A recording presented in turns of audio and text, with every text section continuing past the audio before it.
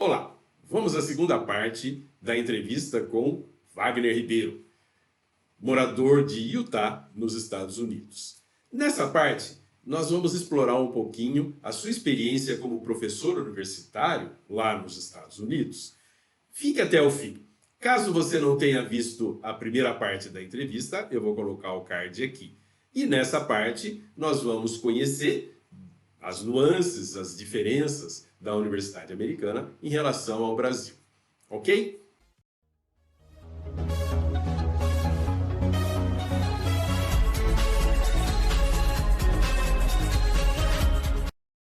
Você falou de universidade aí, né? E eu sei também, né? Afinal de contas, nós somos parentes próximos, né? Eu sei que você também atua aí numa universidade aí de Utah, né? Exatamente. Como é que é essa sua experiência? Porque você foi aí para estudar.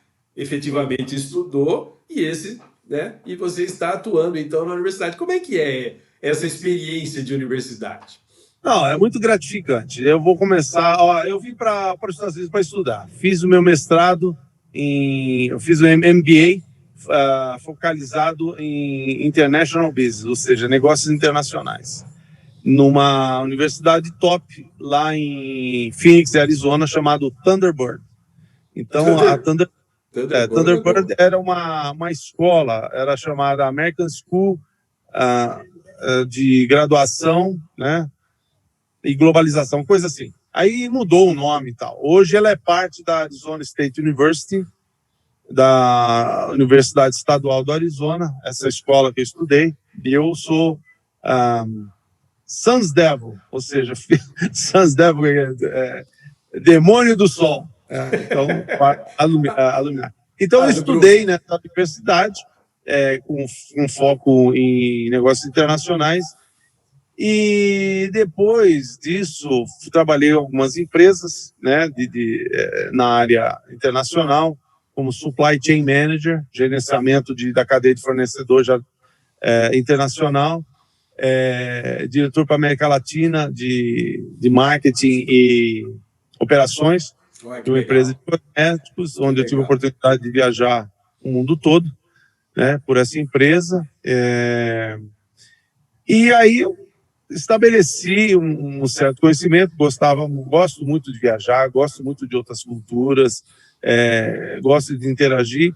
Aí tive a oportunidade de me envolver com essa universidade chamada Columbia College, que é de Ohio, né? Então, essa universidade ela tem um campus aqui em Salt Lake City. É um campus, o modelo é um modelo de estilo brasileiro, onde os estudantes trabalham durante o dia e à noite vai para a universidade. Né? Entendi. É um modelo diferente.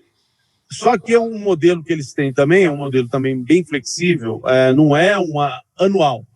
Eles têm blocos de 8 semanas, onde você faz a sua hora, né? Hora-aula, naquela determinada matéria. Então, é flexível e ela também te dá a oportunidade de ter o visto de estudante. Então, na minha classe, muitas das minhas classes, 80% dos meus alunos eram estrangeiros.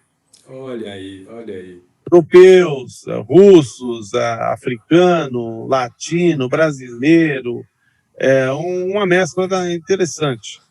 E a coisa que mais me agradou é você poder aprender com essas culturas. Eu estou lá como um professor, como dizer assim, mediador. Mediador. Mediador.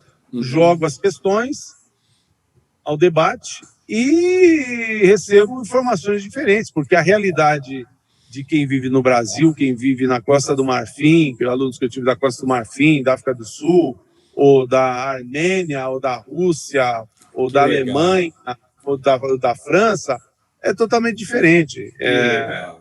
Realidades diferentes, são pontos de vista diferentes. Então, você se enriquece muito com essa diversidade. Isso e traz muito bom. E traz ao debate assim, muitas visões diferentes de um mesmo assunto. Então, é muito enriquecedor. Muito legal, Wagner. Isso é muito bom.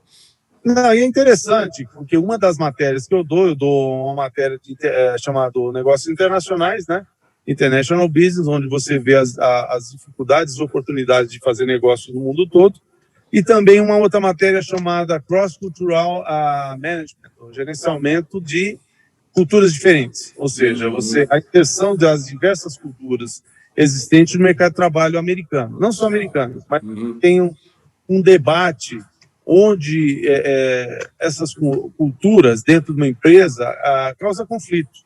Uma empresa que você tem aqui nos Estados Unidos tem ramos por todo lugar do mundo, e os conflitos existentes nesses ramos, né? Por exemplo, o conflito entre funcionário mexicano e holandês, as estruturas, né, existentes dentro da empresa ou na sociedade, que faz com que exista esse choque cultural, esse choque dentro da empresa. Então, a gente tenta estudar e esclarecer o porquê disso e ver que não é que um está certo ou está errado, é que todos têm maneiras diferentes de ver a situação. Tem um palestrante aqui no Brasil, muito conhecido, o Max Geringer, não sei se você já conheceu, e ele contava uma história, né, que ele foi para a Índia, acho que foi na Índia ou na China, e ele foi lá para gerenciar uma empresa e tal, e chegando lá ele percebeu que os funcionários todos lá no chão de fábrica viviam descalços, sem sapatos, né?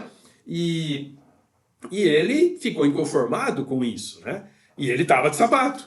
E ele falou que os funcionários, quando viam ele de sapato, davam risada dele porque ele estava com sapato. E chegou num determinado momento do dia, houve lá, parece que a água subia, a água que era próxima, ela subia e estragava o sapato das pessoas. Por isso que eles ficavam descalços, né? Coisa que aqui no Brasil, se um supervisor de segurança vê gente trabalhando descalço no chão de fábrica, vai punir a empresa, porque onde já se viu, né? Isso é uma questão de segurança, mas lá, naquele momento, era um negócio que era adequado para aquela região, para aquele lugar, para aquela situação. Então, exatamente. São esses conflitos, né, que você tem trabalhado aí, né? E como você tem aqui empresas, manufatureira, que tem muita gente como eu falei, tem muito refugiado, gente da Europa Oriental, gente da África, muito latino. Então, existe esse conflito cultural, né? Então, o que acontece? As pessoas precisam se entender, porque a questão é o bottom line, ou seja, a linha de baixo. A linha de baixo é o quê? É o lucro. Então, é o seguinte, vamos se entender para a gente produzir. Senão, não produz nada, só fica batendo boca, batendo cabeça, e é isso. E promover o respeito, inclusão de diversas culturas, inclusões das ideias meio malucas. Tal, né? A aceitação. Então, existe assim esse debate, né? Também você pega no que a gente chama nos livros, né, nos textos universitários escritos por algumas pessoas, uma certa doutrinação, mas eu sempre abro a mente dos alunos, dizendo o seguinte: leia, e analise.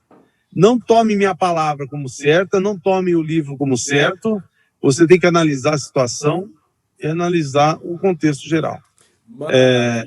Eu estou aqui para ser como se diz, um mediador do debate. Um mediador. Nós estamos aqui para pensar, para questionar o sistema e questionar tudo que tem à sua volta. Vocês têm que me questionar também. Aqui, né? a gente faz a mesma coisa aqui, né? Porque quando você vai dar uma matéria na faculdade, né? Então, geralmente a universidade sugere lá 3 obras principais, depois mais algumas obras secundárias, e o aluno geralmente tem aquela dúvida: professor, qual livro que eu devo ler, qual livro que eu devo comprar? Falei, fica a seu critério, né? Não acredite somente num Exato. livro na internet ou coisa parecida. Não, você tem que É. criticar, você tem que... Aí, qual que o senhor segue? Eu falei, eu não sigo nenhum, né? Eu procuro não ficar preso numa doutrina, porque eventualmente pode acontecer de você ficar preso naquele conteúdo e acabar prejudicando a crítica, o aprendizado por conta disso. O que acontece aqui é que cada matéria ela tem já estabelecido um currículo e um livro, o que a gente chama textbook. E dentro do textbook, você tem aquele seu, como se diz, aquele currículo, você segue, mas Uma você linha, tem né? Uma linha. você tem a liberdade de você fazer outras consultas, jornais, né? Trazer entrevistas, revistas e tudo mais. YouTube, Facebook, sabe, pensadores daquela tipo de matéria, né, que você está. Então, quer dizer, você tem uma linha, um livro que é adotado, todo mundo tem que comprar, que a gente a cartilha, né? A cartilha. A cartilha é Caminho Suave. Caminho Suave, boa. Cartilha o pessoal que assiste o YouTube não lembra, não conhece. Não conhece. Então, tem a cartilhinha lá, Caminho Suave, que a gente segue, né? A cartilhinha da escolinha do professor Raimundo.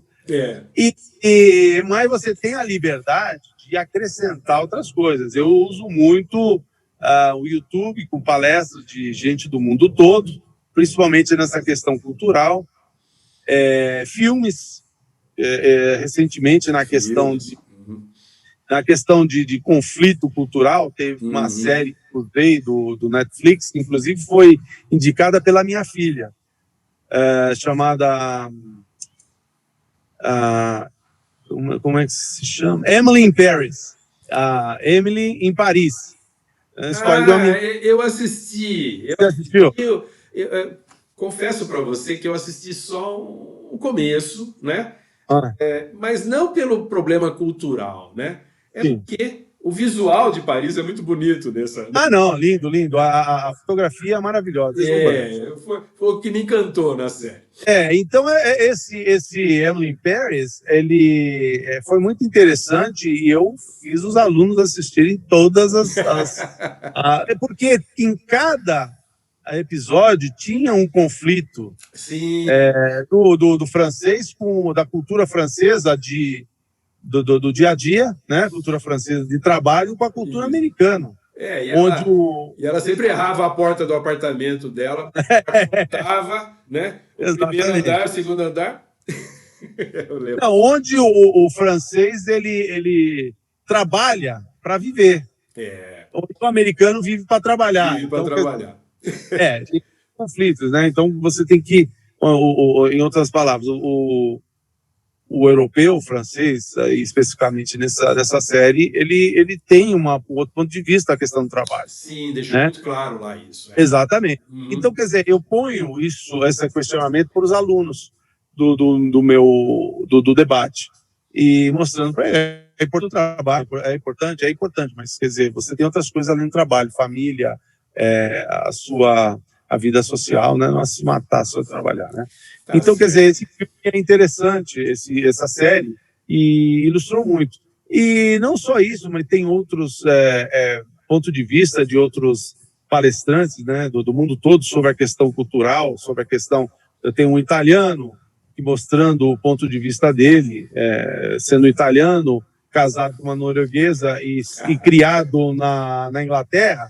Então, o conflito... E o ponto de vista dele, ou então do norueguês que vive na Espanha e tudo mais. Então você traz muito ponto de vista, muita debate, a sala de aula, e aí cada um tira a sua conclusão. Quer dizer, a gente dá as ferramentas para que as pessoas possam analisar e poder entender também o seu próximo, entender o outro. Por que ele age daquela maneira? Por que o europeu age da maneira que age?